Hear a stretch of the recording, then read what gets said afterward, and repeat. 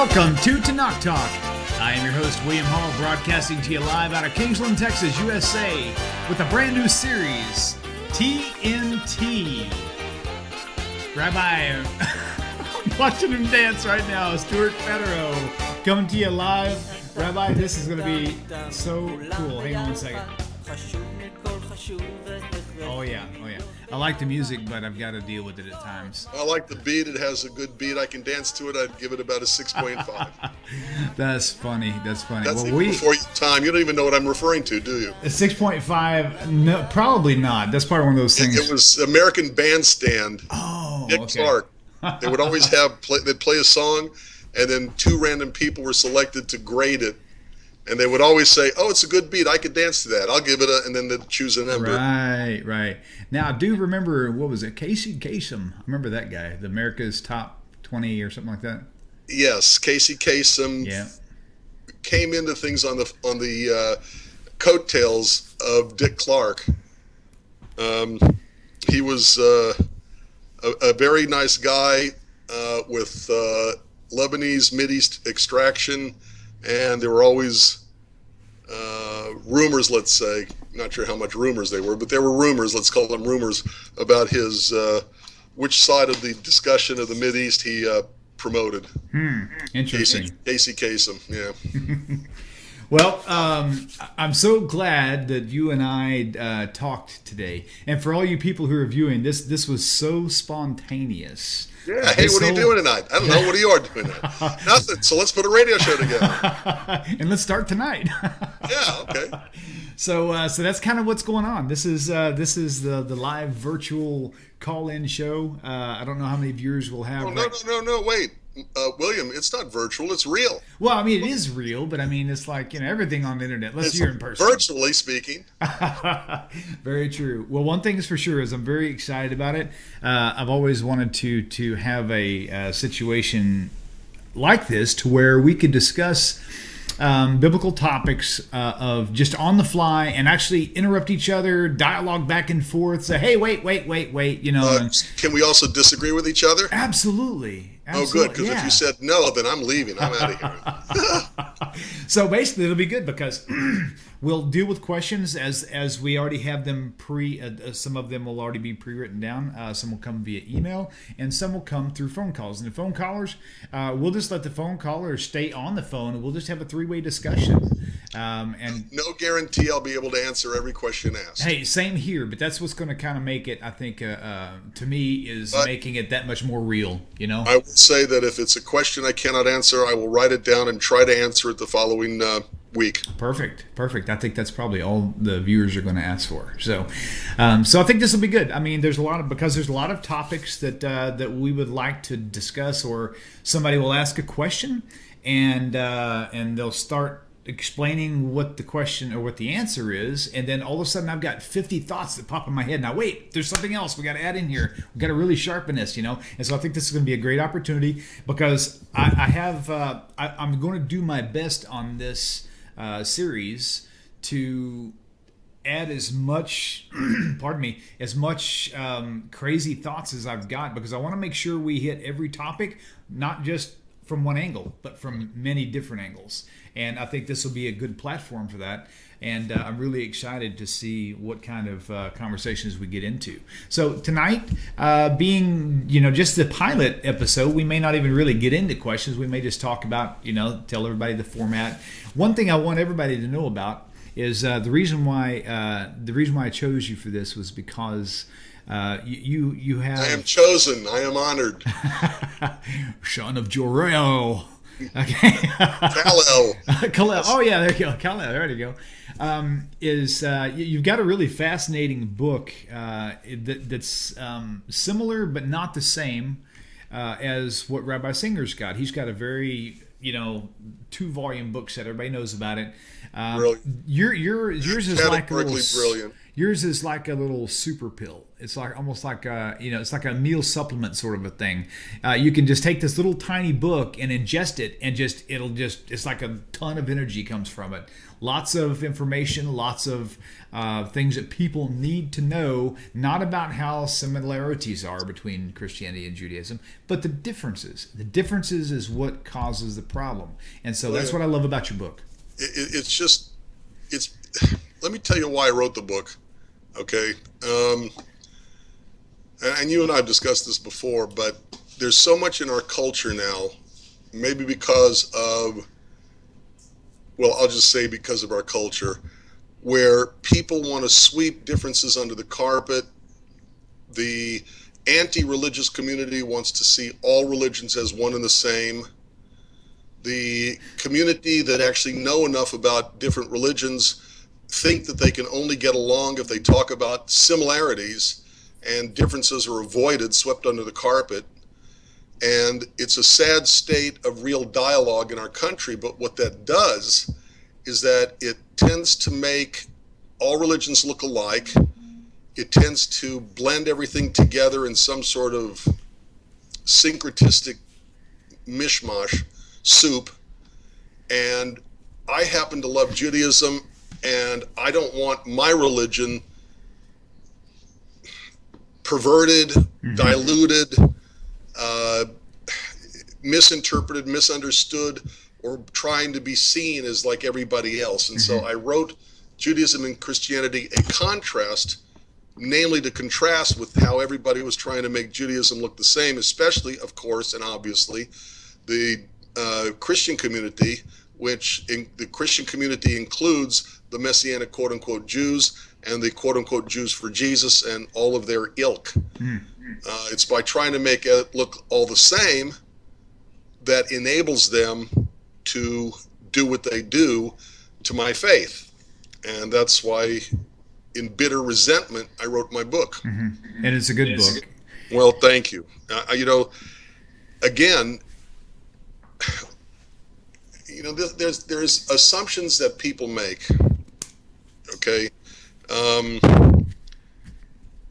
if we go back, I don't know, pick a number, 1,000 years, there were assumptions that people made then that they may not have made 2,000 years before that, 3,000 years ago. People have assumptions, they don't even realize the assumptions they make, and the assumptions that Judaism makes are not assumptions that everybody else makes. Okay, that's one thing. Okay. But as Jews, as people of God, as believers in the covenant that God created either through Noah or with the Jewish people through Moses, Jacob, Isaac, and Abraham before that, we assume the Bible is correct. We assume that the Bible makes statements, some of which need interpretation, some of which that can be taken literally.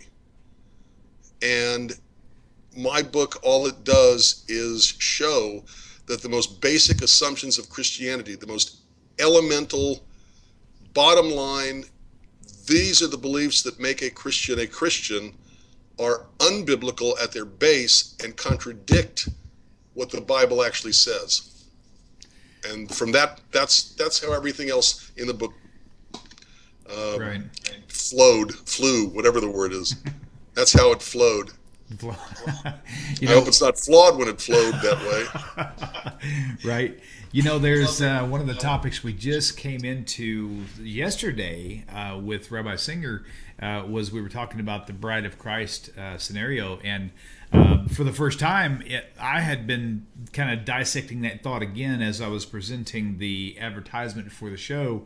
And I was thinking that there's yet another problem, even, just in so many ideas that's presented through the New Testament. The bride of Christ, being the people are the bride of Jesus, if you will. And, the Torah laws on marriage are very clear that you cannot, that the bride can only be married to one one groom.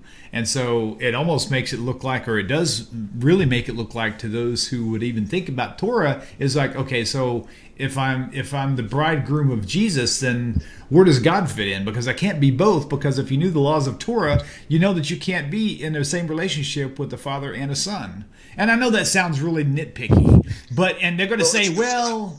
It's not nitpicking, but do you realize what you just said? Tell me what I just said. Okay, what you just said is that a male is going to be the bridegroom of a male? Well, Jesus being the bride, or we are the bridegroom of Jesus, so to speak. But if Jesus was a male, right, and we're a bridegroom, then you've got a bridegroom with a male bride. Okay, now I'm really confused. No, that's just what you're. That's just. Is that what I said? Is that not? Am I not saying that right? Yes, but realize the problem in the statement. Okay. Well, the statement is that males are bridegrooms to a male. If Jesus is a male, and we, you, I, we're males, are bridegrooms, plural, to a male. Well, I mean, the idea is in Judaism that God is the husband to Israel. Yes. So Israel personified as, like all nations have a like Israel is personified. In the United Nations, all nations are personified as females. Okay. So in that sense, yes. Okay. So now, by the way, if we were Catholic, who the brides of Jesus are, right? They're the nuns. Oh, wow, how funny. Because the priests are married to the church, where the church is personified as a female, but the nuns are married, including a ring, with Jesus. Ah, oui. Okay, so going back to that now. By the way, isn't it also interesting that on a Friday night, when we sing Lecha Dodi, come my friend to meet the bride, let us welcome the Sabbath, the personification of the Sabbath, which is really like the visitation of the Shekhinah, which is female, is coming to visit the people of Israel, the groom. Oh, yeah. So there you have a, for lack of a better term, more feminine view of God. Right. Shekhinah is feminine, bride is clearly feminine. And mitzvot would be feminine. Well, yes. Right. So, but mitzvot are acts, right. Whereas these are personified, persons personified as persons. Well, to me that's awesome though, because in Genesis, when Hashem made Adam, he was the only complete male. He was not male. He was the only complete human who was basically encompassed both masculine and feminine. Feminine, right? And God split him so that he could have his counterpart. Right, which reflects God. Right. Who is both masculine and feminine. Well, masculinity is something that describes. Okay. But to say that God is male or to say that God is female, Right, agreed. Because God is spiritual. And when we talk about the physical, maleness and femaleness is physical characteristics. Plumbing. Right. Down there. Okay, so how do we describe physicalness to God? So God is both male and female. Mm-hmm. And so God, being both male and female, can create the entity of Adam, who is both male and female. Okay. Right. See where I'm heading? Yes. Right. So the idea is, unless we posit God as having both female and male characteristics, but maleness and femaleness really don't match. Right. If you stop and think about it. I mean, look, we have to talk about God in our own language. And our own language has he's and she's. Right. And in languages like English, you have it's. But you can't talk about God as an it. That's disgusting. Right. Now, going back, keeping it attached to the main point of this idea is the church is presenting, that their marriage to Jesus, right? And so, and again, with the whole idea, and I have to bring up the idea of it because the idea won't work based on Torah. Just like blood, they say, well, it's not a physical blood we're drinking or the physical flesh; it's a spiritualized. Well, actually, there are some forms of Christianity that literally do believe it's literally the blood and literally the flesh. I heard that. So it depends on what kind of Christianity you're talking about. Right. So, but just a general idea, and then we'll move on, is that once again, there's just another notch in the belt of another thing that just doesn't work according to Torah. Just that you can't do it. It's not possible. No, but see, that goes back to what I said earlier, is that we make certain assumptions about the Tanakh, that we base our faith on the Tanakh and the 2,000 plus years of rabbinic interpretation of that text of the Tanakh. If a person begins with the Tanakh, they cannot conclude Christianity. Right. Because Christianity contradicts the Tanakh, every way, shape, or form in all three-dimensional approaches. Right. Okay, so here's the thing. Another thing we're going to do during the show, not tonight necessarily, but just as we go along, is there is one aspect that I've been wanting to cover for a long time that have yet had the platform to do it. I know it sounds kind of crazy me saying that, but it's true. But this may provide that platform, and that is as we're discussing the contradictions and the issues that we find with the New Testament based on the teachings of the Tanakh. We're also going to point out the view of the Messianic's view. I mean, I've got a list that I compiled over about 3 years of over 200 New Testament references, and these are ones that I dug up myself, not some mysterious list found on Facebook. This is like my 3 years worth of research, and I found these verses, and they all point and teach something different than what the Christian teachings says it does. Like, for example, Matthew 23, verses 1, 2, and 3. The scribes and the Pharisees sit in the seat of Moses. Therefore, everything they tell you to do, do it. Right. And do as they say, not as they do. Right. And what do they say? They say to keep Torah. Right. So if the Pharisees sit in Moses' seat, it means that they are saying that the Pharisees have the authority of Moses. Right. Yes. Okay. Indeed. So if the Pharisees have the authority of Moses, then why aren't they more Pharisaic? Right.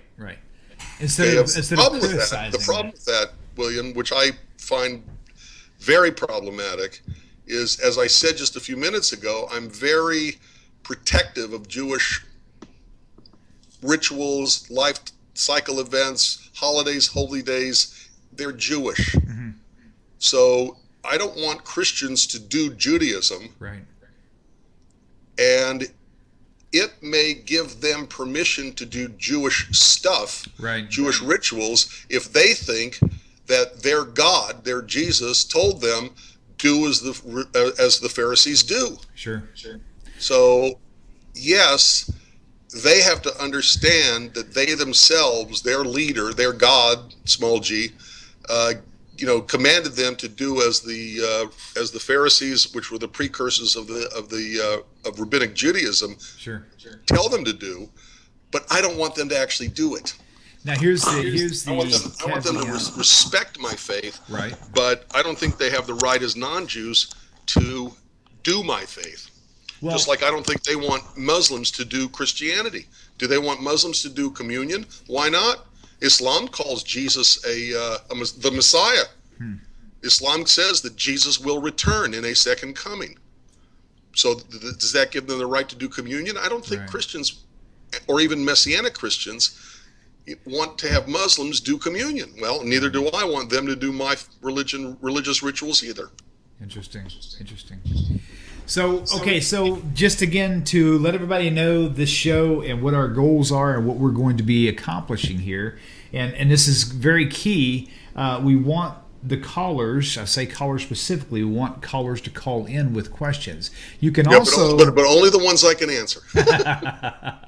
You can also send an email. I've got an email address set up specifically for questions, and that is TanakhtAlkQuestions@gmail.com.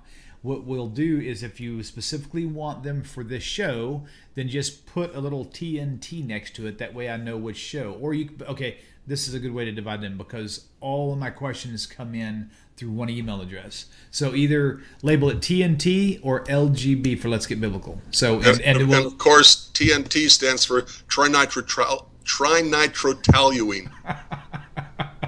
In this case, it's because our show's going to be very explosive. Yes, it is. That's kind of what made me think of it as I was thinking the. As a matter of fact, you could call it the Jewish Big Bang now. Oh, that's great. Okay. If this is not going to be fun, if this is going to be all intellectual, this is not worth it. This is going to be. This show will not be edited. Okay, I don't care if we even give the wrong answer. We'll come back and correct it later. But this show is going to be a live show. Everything that you see. I am sure that every answer I give will be wrong. Do not go by what we say, but go look it up yourself. Look it up. Absolutely. So, so with that said, I want to, like I said, tonight's just a little chit chat. Unless somebody calls in, if you got a question on your mind, you want us to hash through it and get 2, 3, 4 opinions on this one verse, and we're discussing openly. Now's the time to do it. This is the format that we've been looking for this type of a show. So, if you have a question, call in. The phone line is open. Now it may be turned down, but but it is open nonetheless. There we go. I turned it back up again. Just in case. Yeah, but remember, you get the question, you asked it. Yeah. You may throw me off guard. Hey, that's okay. Between my head and your head and the caller's head. If you're happy, head, I'm happy. Hey, you know what? Like I said, it's not always about being right. It's about trying to help each other out here. And so that's what this show is going to be for. We're going to just make it available for anybody who has an ear to hear, Yeah.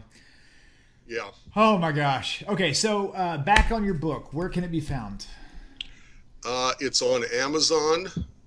It's on Barnes and Noble. It's a paperback. It's a hardbound. It's a Nook. It's a Kindle. It's on play.google.com as an ebook. Just go to each individual. Go to Amazon. Go to Barnes and Noble, and do a search. Actually, you could just do a search for my last name, Federow, Federow, and it'll pop up. Very good. Very good. Looks like there's some activity on the video. Let me put a message up here real quick. See, got milk? Just kidding. Wait, I don't see it. Just kidding. Okay, there we go. I'll just put up there, got questions. So I just want to see, love hearing cool. Guy Jacob Daniel says, love hearing Rabbi Stuart. You are kind. Thank you. Are you taking questions? Yes, we are. I don't have to type it. He's actually probably listening to me read off his text. So, yes, we are taking questions. You can call and talk with Rabbi, or you can type them here. I'll try to keep my eye on the screen.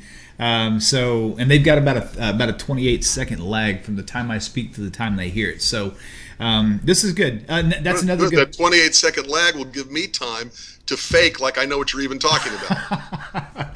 Yes, and you know what? It's okay. This will all be okay. I think that the fact that we can all sit here and actually discuss it openly is going to be really, really handy. It's going to be real handy. So, okay, let me make sure my phone line is the volume is up, and it is open. There's the app. It's on the desktop right now. So, okay, so that's good. All right. Well, so this whole season that we're coming up on right now is really, really interesting. It's the season that led me for it. It's the season that led me out of the Messianic movement. That's good. Yeah. Because from my perspective as a congregational rabbi, between frankly about, let's say, end of October, beginning of November, through the Easter season, that's when the nutcases come out. No, I'm serious. Yeah, that's true. Okay, no, I'm very serious. I've had between, let's say, November and April, let's say, in the past 5 years, I'd be in the middle of services on a Saturday morning, and a good Christian approaches the pulpit, mind you, and starts trying to preach at us.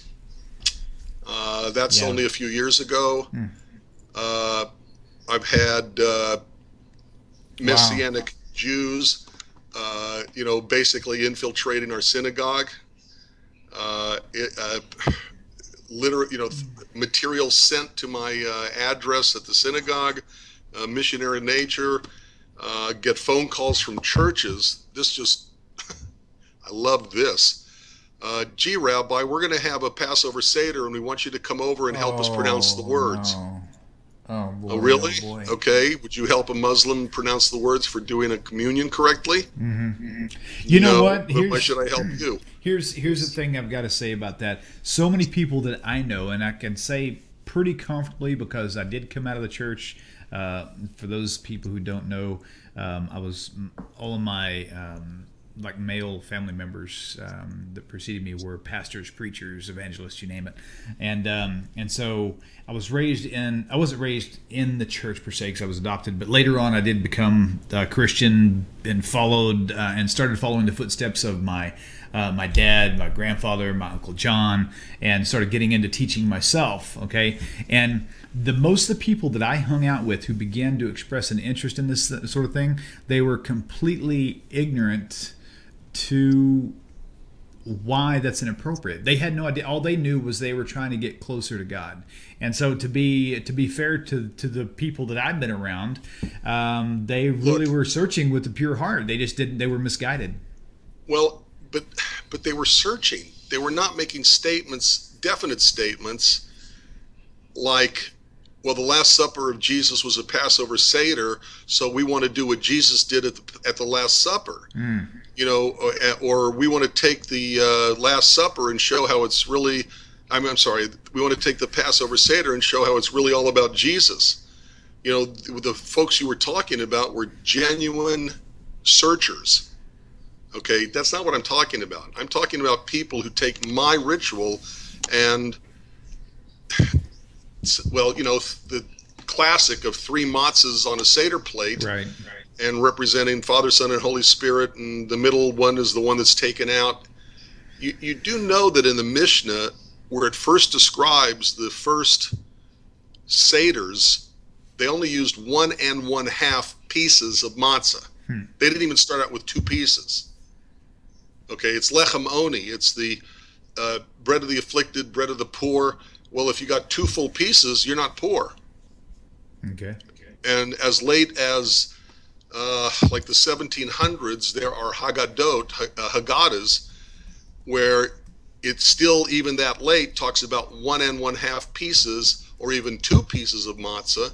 And so adding the 3rd piece of matzah, there's a whole process that goes in for why we wind up in these days with either 3 or 4 pieces of matzah, by the way. But in the days of Jesus, he didn't have a Seder plate. He didn't have charoset. He didn't have dipping. He didn't have salt water. Jesus lived during the days of the temple. The Bible is explicitly clear what happens in the days of the temple, what you do at Passover. Okay? You get a lamb or goat, you take it to your home, you keep it for what amounts to 4 days, okay? And then in the afternoon, as the 14th day of the month is becoming the 15th day because sundown is coming, you slaughter the animal and eat it with bitter herbs, maror, and unleavened bread. That's it. That's it. Okay. There were what's the word?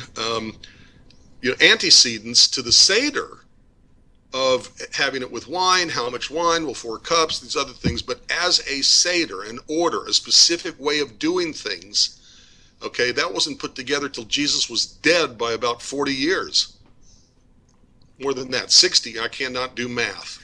That's okay. Okay. I find it interesting I'm sorry? I find it interesting too that throughout the New Testament, you see evidence of the oral law being taught throughout the New Testament. Well, because it goes back to the Messianic period, which is give or take 200 BCE to about 200 CE, a 400-year period overlapping the period of the New Testament writings. So, but it took Gamaliel II, which would have been about the year 85, give or take. So 85, 33, 52 years later, okay, I think I did the math right, after Jesus was dead and buried, before the Passover Seder developed. And it's a constant, ongoing, changing document, over a 2,000 year, give or take, 2,000 year period. So what Jesus did at the Last Supper certainly wouldn't have been a Passover Seder, and therefore there's no, at the outset, from the word go, there's no validity of Christian churches doing Passover Seders. What do you know about the fast of the firstborn? Have you heard that before? Sure, of course. Tell me about that. Tell me about that. Okay. Because I'll know very little, but what I heard was very thought compelling as to maybe that's what the Last Supper was. It wasn't the Last Supper, but it was the fast. It was like breaking the fast of the firstborn. Okay, it depends on which gospel, because they don't even agree on the time, right, on the chronology of the event. So for that, I guess you would, let's say pretend that just randomly, what's today, Monday, so fine. So let's say Monday night is the first Seder. Okay, so the fast of the firstborn, it would be Monday daytime. So Monday night becomes the first Seder, so it's sundown on Monday is when the holiday of Passover begins. Okay? Mm-hmm. So what were the Jews told to do before the first Passover? The passing over of the angel of death was to fast. So the firstborn, why the firstborn? Well, obviously, who were saved from being killed by the angel of death? The firstborn. Mm-hmm. So see, that's another issue. All of Christianity is based on this whole idea of Easter, Passover, and realistically, the only person, even if it did work, that was actually really saved was the firstborn son of each household. So what about the rest of the family member? But okay, they were saved in a certain sense, like physically in the moment. Well, but they were never really in jeopardy. Right. God wants the Jewish people to take the ultimate God symbol of the Egyptians, hold it in their houses for 4 days, okay, the 10th to the 14th, in the afternoon of the 14th, they're going to slaughter the god of the Egyptians, small g, and take its blood and put it on the doorposts. Mm-hmm. There is no more of a nyan and yan and yan to the Egyptians than that. Right. Okay.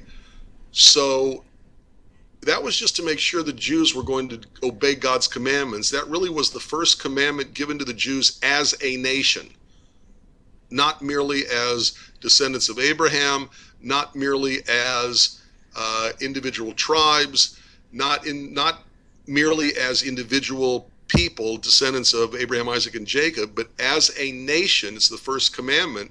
And by fulfilling that commandment, which took guts, that they're putting the blood of a god on their doorposts, na, this is what we think of your gods. The blood of an Egyptian god. That's my point, is an Egyptian god in front of the Egyptians. Right. Okay. That God would say, "Oh, this house is a Jewish house, and they're going to obey me." So it wasn't even a threat to the firstborn. Okay, it's not like you're about to walk across a plateau and fall off the edge of the cliff, and then somebody grabs you and stops you. It's that you're not even walking towards the cliff. Mm-hmm. Interesting. Do you see what I'm saying? Yeah. Okay, so at least in my opinion, it's not so much that they were saved, it's that there's a specific relationship with them. This is why you have Pidyon Ben. Mm-hmm. Okay, the firstborn son of the almost every single culture in the ancient world became the priests.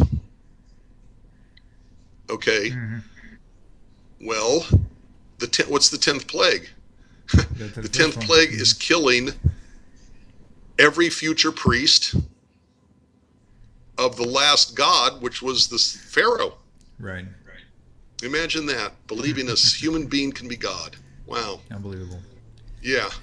So in one fell swoop, God's plague kills the firstborn all the way up to Pharaoh. And why does it make a big deal about going all the way up to the throne of Pharaoh? Because Pharaoh was considered a god, and in killing the firstborn, it's getting rid of all their priests.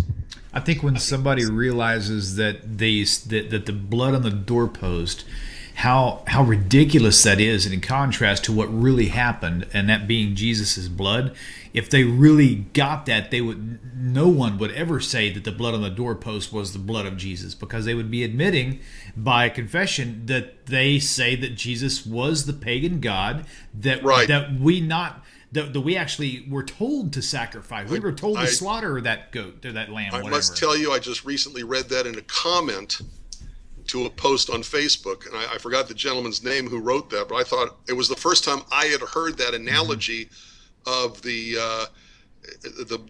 blood of the lamb and Jesus being the Lamb of God. Right.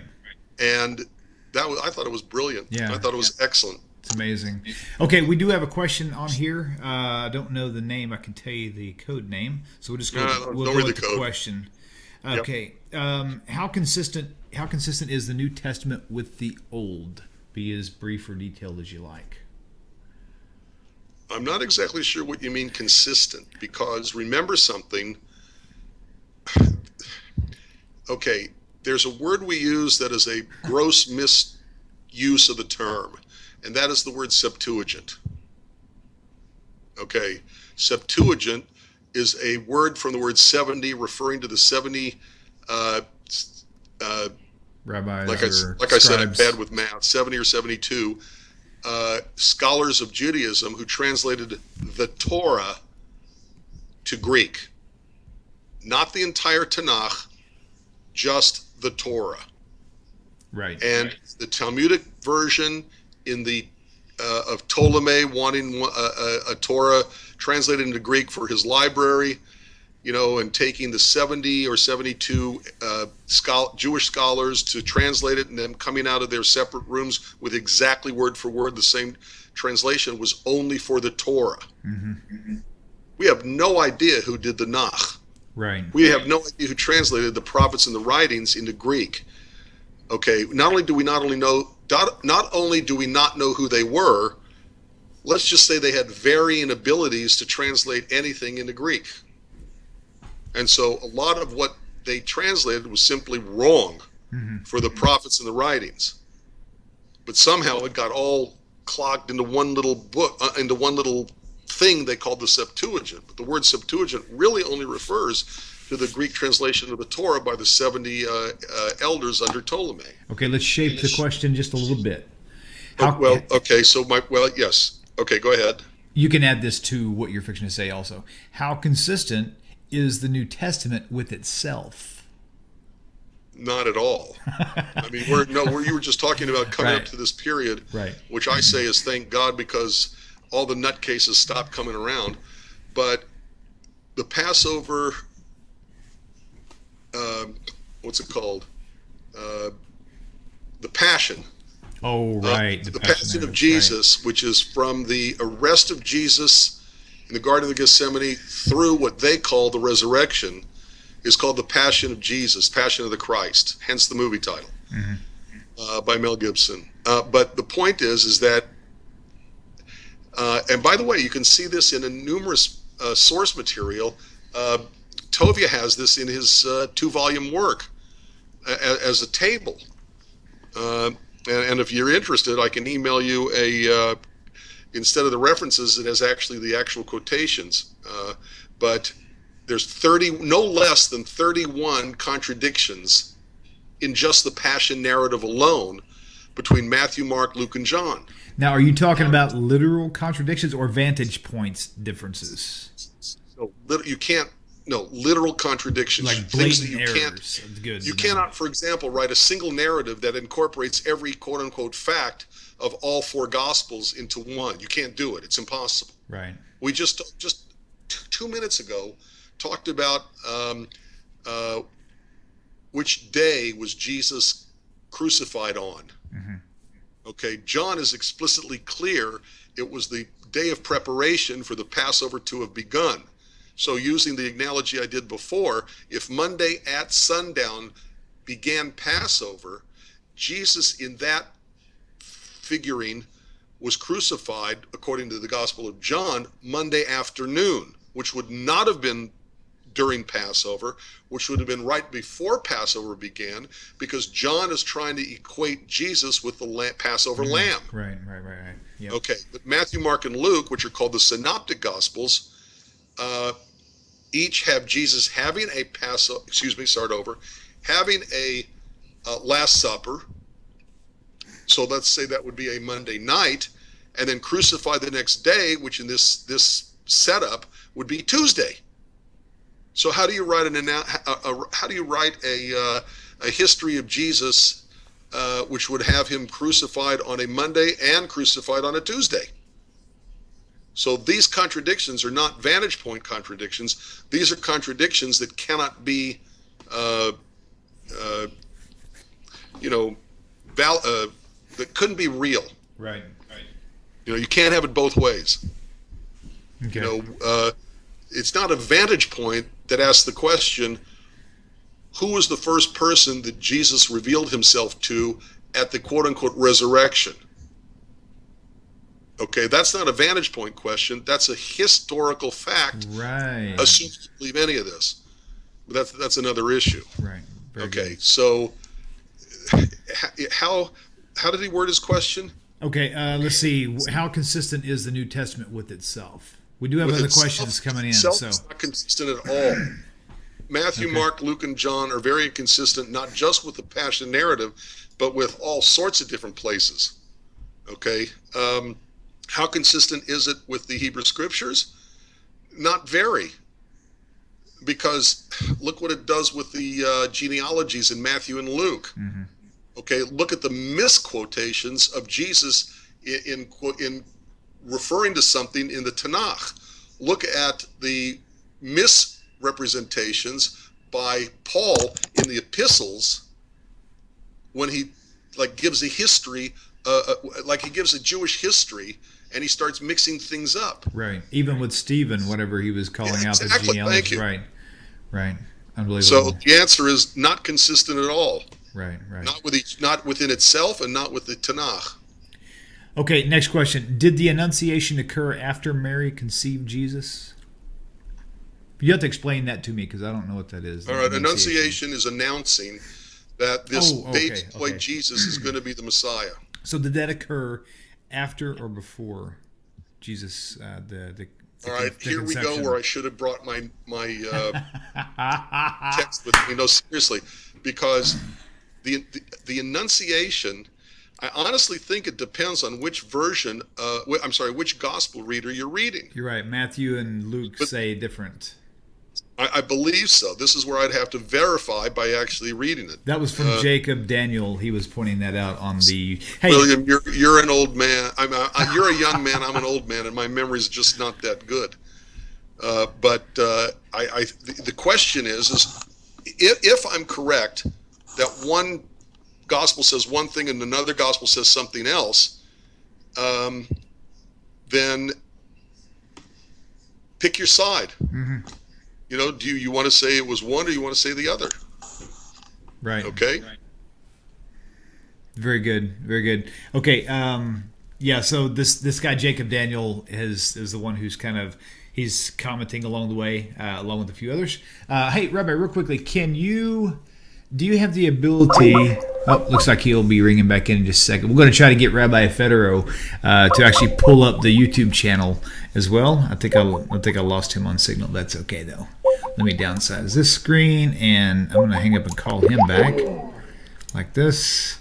So I can get him to actually open up the YouTube channel also so he can monitor the chat box as well. All right, there may be an issue. They're going to try to ring him back. So, but very excited about this whole new series because It's going to be a really good format for everybody here, everybody on Facebook and there he is.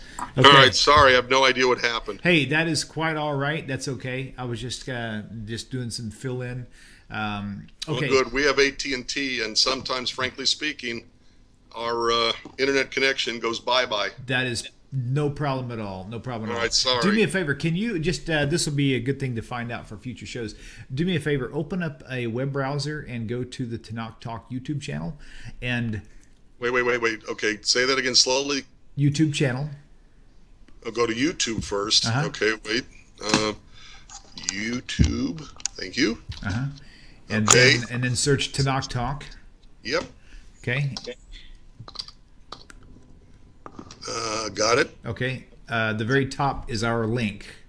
If you will click on it but mute it. Well, actually, you don't have to. Actually, I think you may have to click it to open it up so that you can actually see the chat boxes going on. That way, you and me both, we can actually monitor the chat boxes together.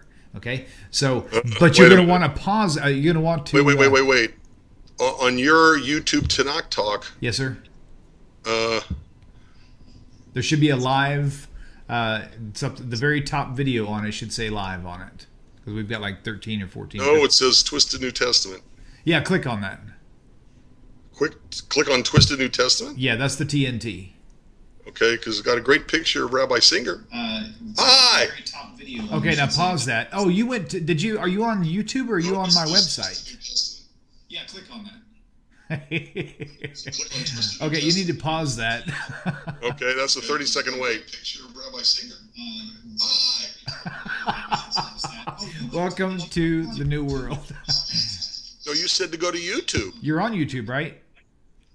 Wait a minute. No, Wait. you are on my website. That's why you saw a picture of Rabbi Singer there, because that's No. I went to YouTube. Okay. And then searched YouTube for Tanakh Talk. Oh, yeah. It'll pull up the probably the most recent video. That's okay. Just go to the main channel. Wil'Liam, I am barely computer literate. Okay, skip it for now. That's okay. That's okay. Yeah, thank you. I'll rely on you to read it to me. Okay, and I can get you set up next time. Okay, let's see. All right, thank you. Yes. Okay, here's a couple more comments. Where in the New Testament do Christians get that Jesus is actually God when the New Testament clearly never said that? Well, wait a minute. Wait. When people say, "Oh, well, the New Testament doesn't really say that," everything, and I mean everything, is subject to interpretation. Okay. Okay. So if Jesus makes the statement, assuming he made the statement, that's another issue. But if Jesus made the statement, "I and the Father are one," or when he asked Peter, "Who the truth and the life," which is a reflection of a pagan statement too, by the way. I forgot which pagan god made the same statement. Interesting. But my point is that there are various verses in the Christian's New Testament that enable Christians to interpret them as Jesus saying, yes, he knew he was God. Right. When he asked Peter, for example, there are plenty of other statements that Jesus made where it's quite clear he did not believe he was God. Right. Good teacher, answer my question. Well, I forgot exactly what it says, and Jesus responds, "Don't call me good, only God is good." Right. Which means if he says, "Don't call me good, only God is good," Jesus knows that Jesus isn't God. Right. So for every verse where it could be interpreted by Christians that Jesus said Jesus was God, there are also verses that could easily be interpreted that Jesus knew Jesus was not God. Here's kind of what I think about the whole Jesus thing, who he was. I think that he started off as a good little Jewish boy, and I think he had the right ideas from a lot of things. And I think now this is if the New Testament is even true, and it may be, maybe, I don't know, I'm not arguing that point, but if it is true, I think that he started off probably just with a good heart for God, wanting to do what's right. Maybe he came across some corrupt Pharisees. Not all of them were, but maybe there were some that were, and he was addressing them. There are so many assumptions you are making by your statement. Yes, I know, but this is what I think about this. And I really think that it's very possible that in the beginning he didn't think anything about him being equivalent with God, but his being around all of his disciples and them suggesting and everybody, wanting to worship him, I think it eventually got to him, and he finally said, well, maybe maybe I am a prophet of God. Maybe I am. I don't know. William, there's a whole body of literature going back even to what's his name in Africa? His name I can't even remember. Okay, it's called The Search for the Historical Jesus. Okay, I've heard that title. Okay, well, the historical Jesus is based on what verses we can see in the Christian's New Testament. Can we put together a portrait of the actual, real, true, historical, factual guy whose name was Jesus? Got it. Okay, and there's enormous problems with that, because how do you know which verse in the New Testament attributed to Jesus was actually said by Jesus? Right. We don't even know what verses there's he an quoted. organization. I'm so bad with names; it's disgusting, William. But they're trying to go through the New Testament and try to figure out what verses Jesus actually said. And one of the rules that they're using to figure out what Jesus said was, if this verse was actually said by Jesus, it contradicts a Christian theological view of Jesus. So therefore, he must have really said it, which is just as silly as saying that if it goes along with Christian theology, Jesus must have actually said it. There's no way of knowing. And there's a book. Now, one of the archaeologists that came to mind was Simcha Jakobovich, the naked archaeologist. He covers a lot of this, and James Tabor as well. Yes. And of course, when I want to put my hands on it, I can't find it. But there's a brilliant book.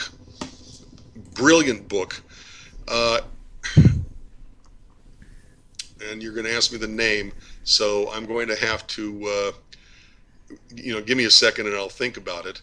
But got a few other questions for you while you're looking that up. Go right ahead. But okay. But my point about this book, William, is that it shows how stories in the New Testament were invented not to indicate what history was, but as a response to what was going on in history.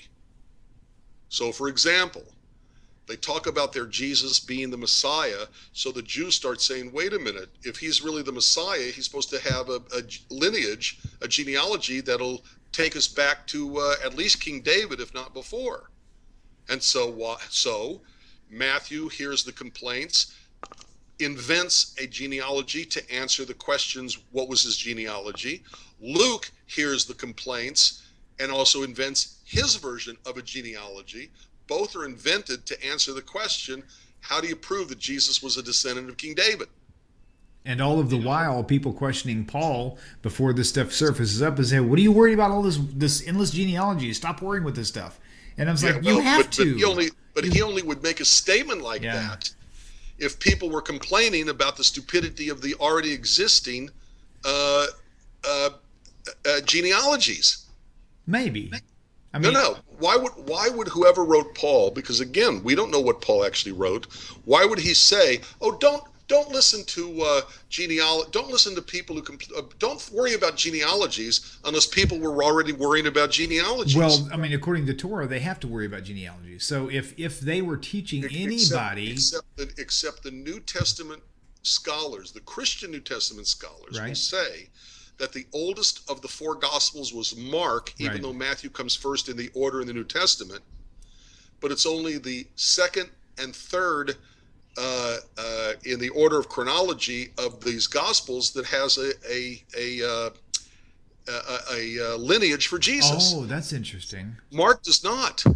Oh, wow. So how weird. If Mark is indicative of the very, very, very, very, very beginning of Christianity, and then you have Matthew, and then you have Luke, and then you have John, which is how Christian scholars portray them in the order written, then only Matthew and Luke wrote a genealogy to answer the question for people who were questioning, criticizing, critiquing. Here's your genealogy. How about that? You know, they invented it, and it's, by the way, the book is by Michael J. Cook. It's called Modern Jews Engage the New Testament, Enhancing Jewish Well-Being in a Christian Environment. And he talks about uh, the origins of stories in the New Testament, why they were invented by the people we call Matthew, we call Mark, we call Luke, we call John, and what was going on in Christianity that led them to make up these stories. Damage and control. It's brilliant. It's brilliant. Michael J. Cook, Wow. Modern Jews engage the New Testament, enhancing Jewish well-being in a Christian environment. That sounds like a book that needs to be on my shelf for sure. Right. All right. So you had another question or Yes, another question. Did Paul differ with the disciples over the teachings of Jesus? No question. Okay. And again, Christian theologians, Christian historians will say that Mark was the first gospel, then Matthew, then Luke, then John. But historically, the oldest elements of the New Testament are the writings of Paul. Okay? Right. This is according to Christian scholars. Things that Paul said are contradicted by whoever wrote the Gospels. Mm-hmm. So, for example, Paul, of course, is antinomian. He's against the law. That's the fancy term for being against law. So, Paul writes the law is a curse. The only reason God has these laws is to show you that you can't keep them. And so it's to show you that you need Jesus. Okay, that's like saying the reason why we have a 20 mile an hour in a school zone is not to protect the children, but to show you that you're eventually going to break the law and get a ticket. That's why we have the laws of 20 miles an hour in a school zone. But be that as it may, so in the words of Jesus put into his mouth by the gospel writers, what does Jesus say? Matthew chapter 5, 17, I believe. Yeah. Till heaven and earth pass away, not one jot or tittle of the law will be. What's that quote? Will in no wise pass away or something until exactly. heaven and earth which means that Jesus, right. His words are talking positively about Jewish law. Right. Look, they're talking about the law. They're talking about the laws of the Tanakh. Right. There was no other law at the time. Now I have to offer a different vantage point of Paul's teachings in general. Okay. I think personally, he had two different audiences.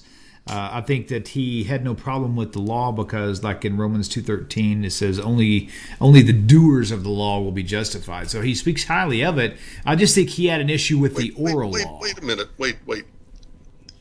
We will have to, I'm going to let you go on with your point, but I want to come back to this Pauline statement about how the purpose of the law is to justify us. I'd love to know one place in all of Judaism that says the purpose and function of Jewish law is to justify us before God. That's just crazy. That's just stupid. Is it not a concept of Judaism that if you love me, you'll obey me? That's not what justified means. Okay. What does the word justify mean?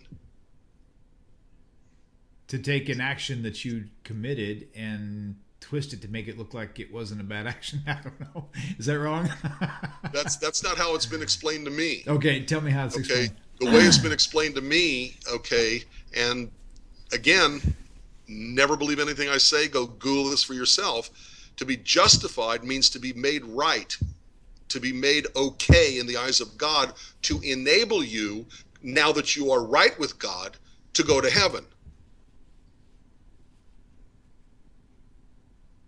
Okay, so if I'm keeping the law because the law justifies me, by keeping the law, I'm made right with God? No. I'm only wrong with God if I disobey the law. I don't have to be justified till I disobey the law.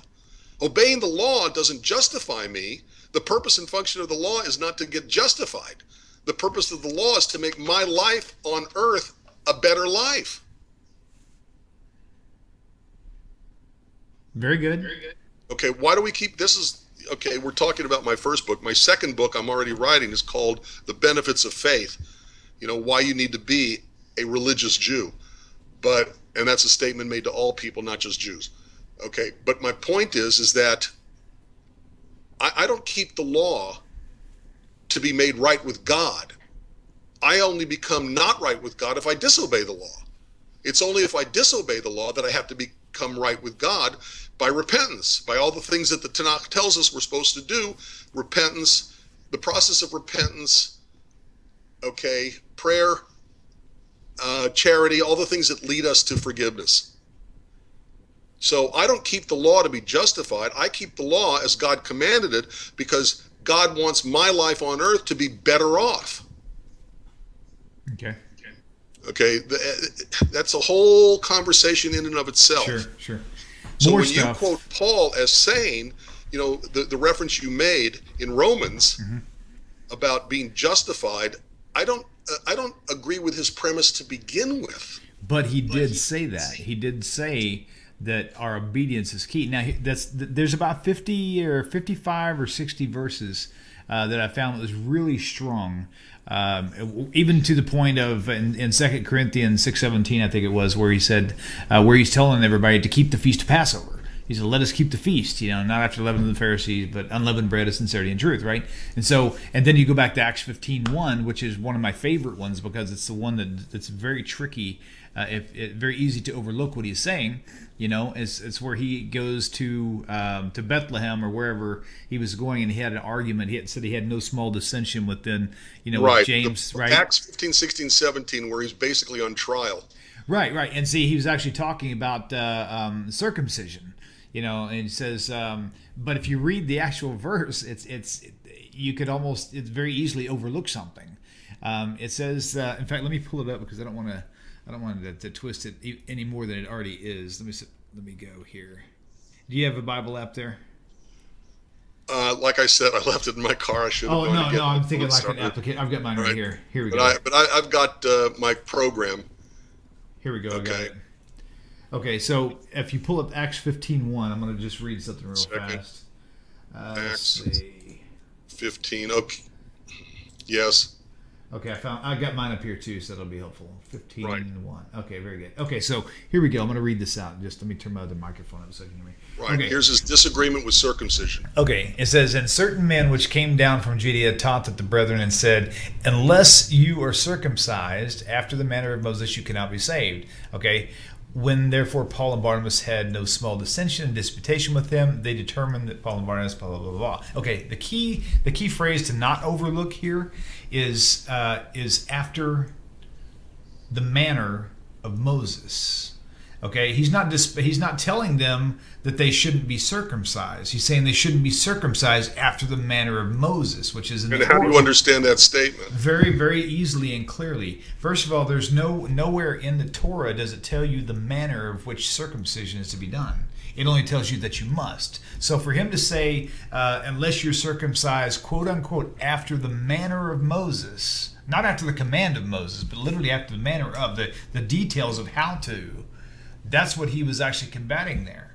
So, and using that same filter, you can see these things pop up all through Paul's writings. Now, he does say some really stupid stuff. I'm not saying he doesn't, like in Galatians chapter 5. Wait a minute. Yep. Okay, it wasn't Paul who was saying, except you be circumcised after the custom of Moses, you cannot be saved. That's with certain men. Paul is going to respond against that. Okay, maybe that's where I need to pay more attention to what's written here then. Let's see. I'm going to have to go back and relook at that again. Men came down from Judea and taught the brethren, saying, except you be circumcised after the custom of Moses, you cannot be saved. Oh, no, that makes my point, because they're saying that you should follow the laws of Judaism and be circumcised. Follow the laws of the oral Torah on how to be circumcised. Right, that's Judaism. But Paul is saying that's where Paul had a problem with it. He didn't have a problem with them saying you got to be circumcised. He had a problem with them saying you had to be circumcised after the manner of Moses. Wait a minute, because you've got passages in the New Testament of Paul's writing where he condemns people for circumcision. He says circumcision is tantamount. It's context. Not quite, but doing the same thing as castration. Right. Okay, and he basically says if you accept circumcision, you cannot be Christian. You cannot be Jesus' disciple. In the context of it. And that's in Galatians, I think? Galatians 3, I believe. And well, in Galatians 5, at the end of Galatians, he says a statement that pretty much puts his entire letter to the Galatians in context. Okay, let me see if I can find it. I think it's Galatians 5:8. Let me look that up and see. My memory of this, I haven't studied the New Testament in well over 3 years, so my memory of the locations may be off as well. So there's Galatians chapter 5, maybe Galatians 5:4 actually. Let me see.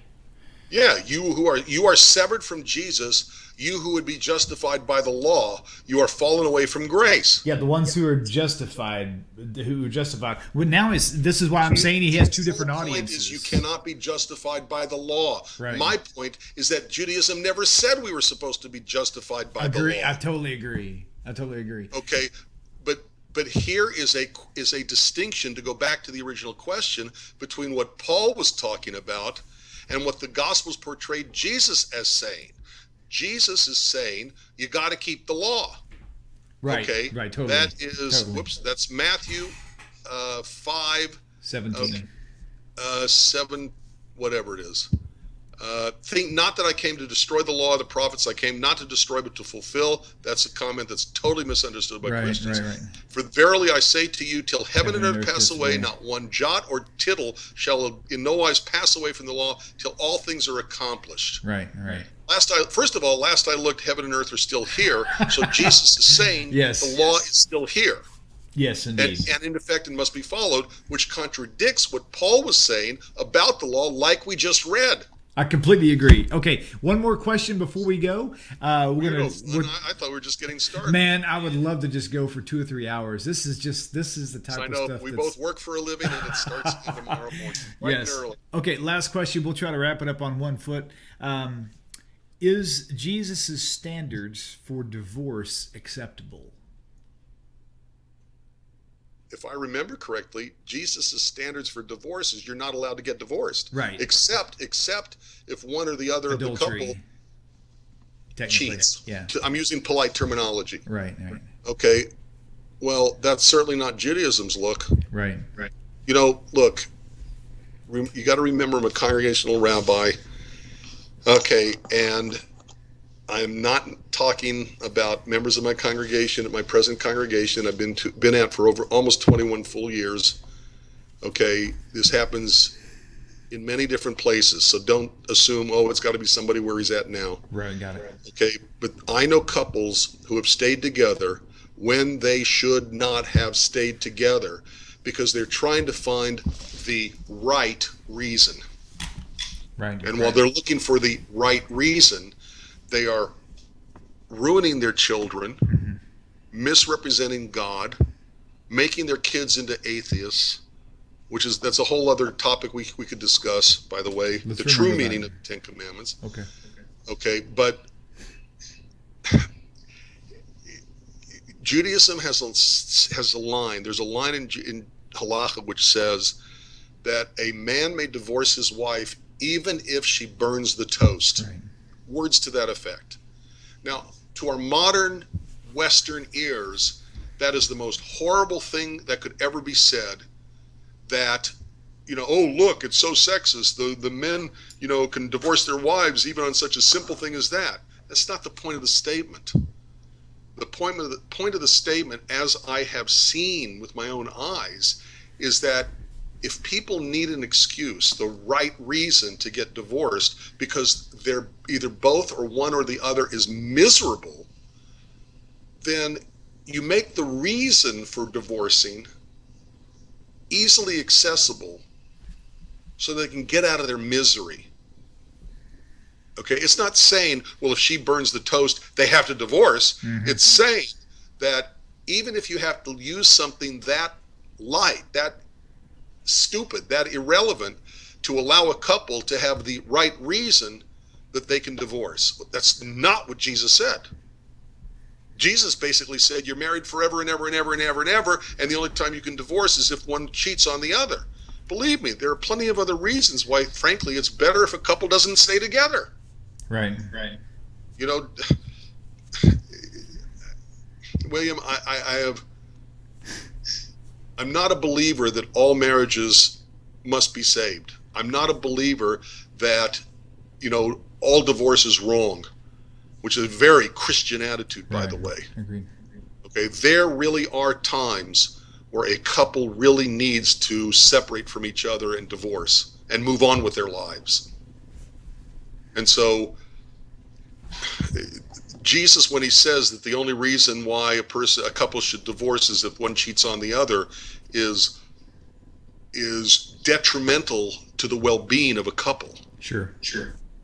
You know, I always say this, I'm sure in our long-term, please God, we should go on and on and on with this many, many years, but you're going to hear me say this very often, okay?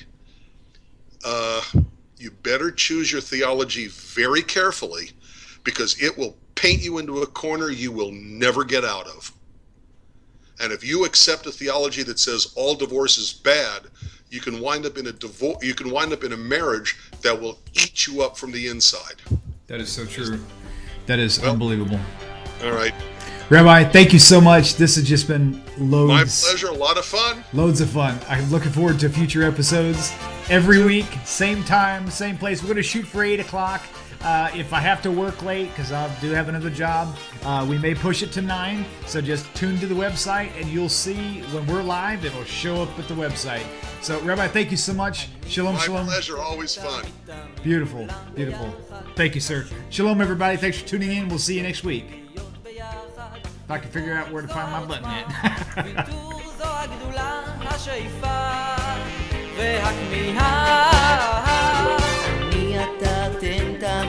William, you still there?